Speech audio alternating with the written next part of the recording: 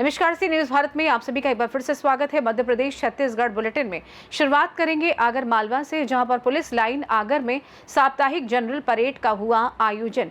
आगे बात होगी जजेपुर की, जहां पर जंगल में कब्जा कर संचालित किया जा रहा क्रैशर, तौल कांटा एवं डोलोमाइट भंडारण।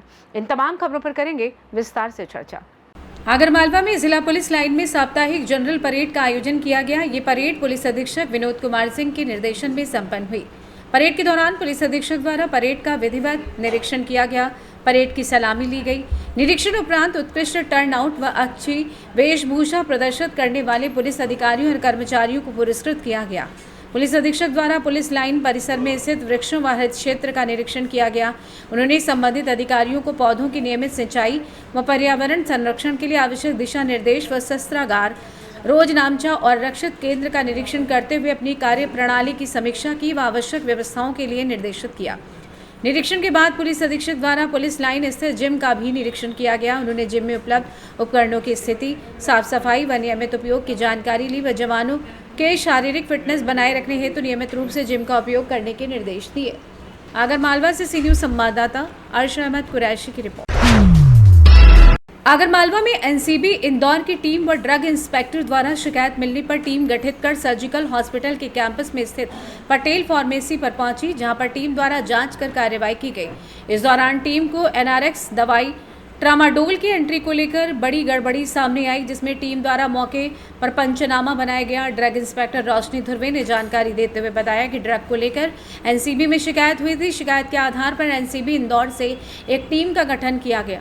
ड्रग इंस्पेक्टर ने यह भी बताया कि जिस ड्रग को लेकर शिकायत हुई थी उस ड्रग का फिजिकल वेरिफिकेशन किया गया तो उसके ऑनलाइन और ऑफलाइन रिकॉर्ड में गड़बड़ी देखने को मिली। इसको लेकर ड्रग इंस्पेक्टर द्वारा संबंधित को कारण बताओ नोटिस जारी करेंगे और आगे की कार्यवाही करेंगे। आइए जानते हैं ड्रग इंस्पेक्टर रोशनी धुर्वे का और क्या कुछ कहना था। NCB Indore narcotics control bureau Indore के एक टीम आई थी, जिसमें कि एनसीबी के inspector mister Sunil Kumar Sharma, sub inspector mister वैभव श्रीवास्तव और सिपाही राकेश पांडे एक टीम गठित करके इंदौर से आए थे। उन्हें किसी प्रकार की उस मेडिकल स्टोर की कंप्लेन प्राप्त हुई थी।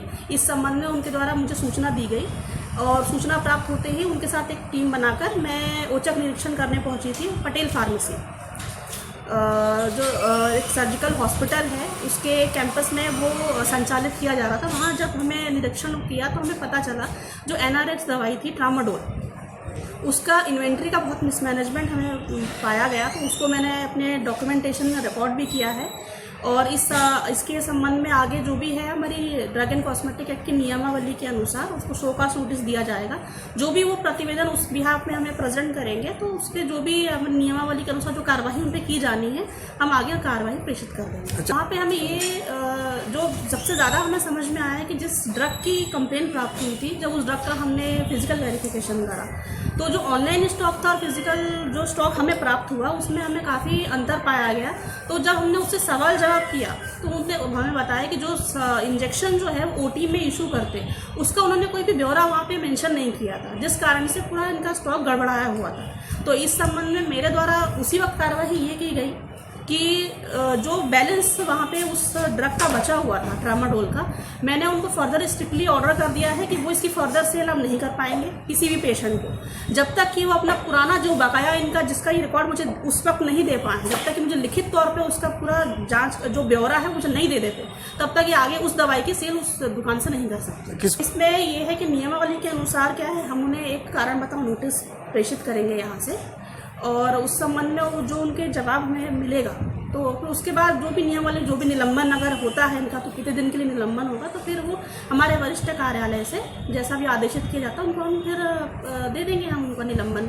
धारा तो इनकी हमारे एक्ट के अनुसार ही लगेगी, जो हमारे रूल जो है ड्रग एंड कॉस्मेटिक एक्ट 1940 और रूल्स 1945 के अकॉर्डिंग ही हम इन पर कार्रवाई कर रहे हैं, क्योंकि एनडीपीएस एक्ट के अंतर्गत कार्रवाई तब होती है अगर वो बिल पेश हमसे नहीं कर पाता, पर चूंकि उसके पास उस ड्रग का बिल मौजूद था इसलिए उस पर हम एनडीपीएस का एक्ट नहीं लगा रहे हैं। क्योंकि उसके वो लाइसेंसधारी था, उसके पास जीवित लाइसेंस, मतलब दुकान का लाइसेंस भी उसकी जीवित अवस्था में थी, अभी वैलिडिटी भी है उस दुकान की, तो इसलिए क्या एनडीपीएस एक्ट हमने उसके ऊपर नहीं लगाया है। जो भी अब उस पर कार्रवाई होगी वो ड्रग एंड कॉस्मेटिक एक्ट 1940 और रूल्स 1945 के अंतर्गत ही की जाएगी। मुझे दुकानदार को मैंने बहुत स्ट्रिक्टली ये चीज़ समझा दी है कि एनआरएक्स दवाई का जो भी आप सेल करते हो उसका आपको प्रॉपर रिकॉर्ड रखना बहुत ज़रूरी है। यदि अभी जो आपसे गलतियाँ हो रही हैं कि जो आप वार्ड में दवाइयाँ इशू कर रहे हैं डॉक्टर साहब के आदेशानुसार प्रिस्क्रिप्शन पे, आपको उसका बिल बनाकर तुरंत उसी वक्त जो भी उस वार्ड का इंचार्ज या ओटी का इंचार्ज आपको हैंडओवर करना पड़ेगा, ताकि आपको ऑनलाइन स्टॉक और फिजिकल स्टॉक हमेशा एक जैसा रहे, क्योंकि उनके ये ना करने की वजह से ही उनका इन्वेंट्री पूरा मिसमैनेज्ड है।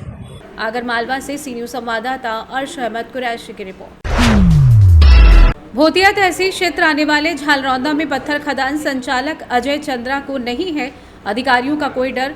बता दें, झालरौंदा में स्थित बड़े झाड़ के जंगल मद में दर्ज शासकीय भूमि पर अवैध कब्जा कर उस भूमि पर क्रैशर, तौल कांटा और डोलोमाइट का भारी मात्रा में भंडारण किया गया, जहां सैकड़ों हाइवा गिट्टी डंप कर रखी गई है, जिसकी लिखित शिकायत कलेक्टर से हुई। शिकायतकर्ता ने शासकीय बड़े झाड़ के जंगल में संचालित क्रशर, तौल कांटा और डोलोमाइट के भंडारण को राजसात करने की मांग की है। वहीं जिले के कलेक्टर अमृत विकास टोपनो ने माइनिंग ऑफिसर से जांच कराने की बात भी कही है। आइए जानते हैं शिकायतकर्ता रमेश चंद्रा और टोपनो कलेक्टर शक्ति अमृत विकास का क्या कुछ कहना था। तो आपके चैनल को मैं धन्यवाद ज्ञापित करूंगा जिसने आप इतनी सक्रियता के साथ इस मुद्दे के हकीकत को जानने के लिए यहाँ पे पहुँचे हैं। यहाँ पे एक खदान, डोलोमाइट के खदान और क्रेशर संचालित है। शासन ने 2010 में इन्हें 10 एकड़ जमीन अलॉट किया था। तब से ही ये विवादित था और आज भी ये विषय को शिकायत कर चुका हूँ। क्या चाहते हैं आप? इसमें मैं तो चाहता हूँ कि तत्काल ये जो भी हमारे शासकीय भूमि पे जो इनका क्रेशर और ये जो भंडारण और जो तौल कांटा और जो आउट हाउस वगैरह जो बना के रखे हैं, इनको तत्काल राजसात किया जाए और इसको हटाने के लिए निर्देशित किया जाए। झालरौंदा में अवैध क्रेशर शासकीय भूमि पर लगाने की शिकायत हुई थी। ऐसी शिकायत मुझे कल प्राप्त हुई थी, उस पर हम लोगों ने माइनिंग ऑफिसर को जांच करने के लिए प्रतिवेदित किया है। जयपुर से सी न्यूज संवाददाता उमेश कुमार साहू की रिपोर्ट। खैरागढ़ जिले के बनबोट गांव में तेंदुपत्ता तोड़ने गए एक युवक पर मादा भालू ने हमला कर दिया। युवक ने किसी तरीके से भागकर जान बचाई, पेड़ पर चढ़कर खुद को बचाया, लेकिन भालू के हमले में उसका एक पैर गंभीर रूप से घायल हो गया। घायल युवक जितेंद्र चक्रधारी ने बताया कि वो सुबह तेंदुपत्ता तोड़ने जंगल गया था। लौटते समय उसका सामना एक मादा भालू और उसके 2 शावकों से हो गया। भालू को देखकर वो घबराकर गांव की ओर भागने लगा और खुद को बचाने के लिए पेड़ पर चढ़ गया, लेकिन तब तक भालू ने उसके पैर पर हमला कर उसे गंभीर रूप से घायल कर दिया। घटना के बाद जितेंद्र को प्राथमिक उपचार के लिए मुढ़ीपाड़ स्वास्थ्य केंद्र ले जाया गया, जहां से उसे बेहतर इलाज के लिए खैरागढ़ सिविल अस्पताल रेफर कर दिया गया है। डॉक्टरों के अनुसार युवक की स्थिति अब सामान्य है और उसका उपचार जारी है। आसपास के ग्रामीण क्षेत्रों में भालू का दहशत बना हुआ है। इधर मामले पर वन विभाग भी सक्रिय हुआ है। वन मंडल अधिकारी खैरागढ़ पंकज राजपूत और बाकी लोगों ने क्या कुछ बताया, आप भी सुनिए। तेंदुपत्ता तोड़े बार गए हाँ, तो 3 भालू से एक माई रही थे, तो माई यहाँ पहले धरी से तेन चढ़े तब बच्चे पत्थर छोड़ के माई भालू अरे साबित के जितेंद्र भैया सन में जंगल गिरे हुए तेंदुपत्ता पर, तो वहाँ से तीन भालू ऐसे एक 2 बच्चा रही से, एक माई रही से। माई मोर बड़े भाई ऊपर नहीं हमला करी से, मोर बड़े भाई ने अपन जान बचाए चक्कर में नहीं पेड़ में चढ़ी, तब ओकर जान बची से। हमन लोग बहुत दूर से नहीं 1 किलोमीटर से हमन भागत रहें, वो देखें तब भागें, तो ओकर बाद चकते चगत नहीं मोर भाई पहले नहीं एक पैर पकड़ी सब, एक पैर ऊपर खांधा मार के, तब वो बची ओकर जान बची नहीं, तो फिर समाप्त करी। हमन डायरेक्ट हमन सीधा घर आन और सीधा हॉस्पिटल नाने। मोर नाम लोकेश कुमार चक्रधारी। तेंदुपत्ता के कुछ संग्राहक जंगल में पत्ता तोड़ रहे थे और आसपास वन्य प्राणी भालू का विचरण रहता है, तो उनका आमना सामना हुआ और एक ग्रामीण को पांव में थोड़ा चोट लगा है। उनको प्राथमिक सहायता दे दी गई है और उनका सामुदायिक स्वास्थ्य केंद्र में इलाज चल रहा है। खैरागढ़ से सी न्यूज संवाददाता हेमंत पाल की रिपोर्ट। पिछले दिनों भाजपा के मंत्री विजय शाह के द्वारा भारतीय सेना की जाबाज अधिकारी कर्नल सोफिया कुरैशी के ऊपर की गई अभद्र टिप्पणी से पूरे देश में आक्रोश है। जिस प्रकार से अभी हाल ही में आतंकवादियों के खिलाफ चलाया गया ऑपरेशन सिंदूर में कर्नल सोफिया कुरैशी ने इस ऑपरेशन में अपनी महत्वपूर्ण भूमिका निभाई, जिससे पूरे भारत के जनमानस में उनके प्रति सम्मान और देशभक्ति के आदर की सभी के दिल में एक अलग तस्वीर बनी हुई है। आज देश का बच्चा बच्चा उन्हें सलाम करता है। वहीं सरकार के एक जिम्मेदार मंत्री को इस प्रकार की टिप्पणी करना कहां तक शोभा देता है। इसी के चलते नर्मदापुरम जिले के इटारसी के जय स्तंभ चौक पर यंग ब्रिगेड के नगर अध्यक्ष प्रशांत श्रीवास के नेतृत्व में और प्रदेश अध्यक्ष गजानन तिवारी की उपस्थिति में मंत्री जी का पुतला दहन किया गया। महिला सेवा दल जिला अध्यक्ष नेहा चावरे के नेतृत्व में पुतले की चप्पलों से महिलाओं ने पिटाई करते हुए विजय शाह मुर्दाबाद के नारों के साथ इस्तीफे या बर्खास्तगी की मांग की। आज सेवा दल यंग ब्रिगेड के द्वारा पूरे प्रदेश में पुतला दहन किया गया। इसी तारतम्य में आज इटारसी में भी समस्त कांग्रेस जनों के साथ विजय शाह ऐसे निकृष्ट और निकम्मे मंत्री का पुतला दहन किया गया, जिसने देश का अपमान किया, महिलाओं का अपमान किया और सेना का अपमान किया। नर्मदापुरम से सीनियर संवाददाता संतोष सिंह चंदेल की रिपोर्ट। टीकमगढ़ जिले के जतारा अंतर्गत सोशल मीडिया के इंस्टाग्राम प्लेटफॉर्म पर अवैध हथियार के साथ पोस्ट करने वाले आरोपी जितेंद्र अहिरवार पर देहात थाना पुलिस ने त्वरित कार्रवाई करते हुए गिरफ्तार कर अवैध हथियार जब्त किया था। उक्त अवैध हथियार के सोर्स के संबंध में आरोपी से सख्ती से पूछताछ की गई, जिसकी निशानदेही पर अवैध हथियार विक्रय करने वाले आरोपियों को गिरफ्तार किया। मामले में 3 और आरोपियों को गिरफ्तार कर लिया गया है, जिनके कब्जे से 2 कट्टे, 1 पिस्टल, 4 कारतूस, इसके सोशल मीडिया पर लहराने वाले हथियार भी जब्त किए गए हैं, जिसका खुलासा आज टीकमगढ़ एसपी मनोहर मंडलोई ने किया। ये जरा किस संबंध में खुलासा है, क्या पूरा मामला था? दिनांक 12/5/2025 को थाना देहात में एक सूचना मिली थी सोशल मीडिया के माध्यम से इंस्टाग्राम पर हथियार लहराने के संबंध में, पोस्ट डालने के संबंध में, जिसकी तस्दीक थाना प्रभारी द्वारा की गई। तस्दीक में पाया गया कि जितेंद्र अहिरवार निवासी ग्राम मजना का रहने वाला है और जब उससे तस्दीक तलाश जांच की गई तो उसके कब्जे से एक अवैध कट्टा और एक कारतूस पुलिस ने जब्त किया, उसको गिरफ्तार किया गया। जब उसके सोर्सेस के बारे में जांच की गई, पड़ताल की गई है, तो उसने 3 अन्य नाम और बताए, जिनके नाम है अवधेश पिता हरप्रसाद अहिरवार, अभिषेक उर्फ अभी पिता शोभित चाबरिया, प्रहलाद पिता रामस्वरूप वाल्मीकि।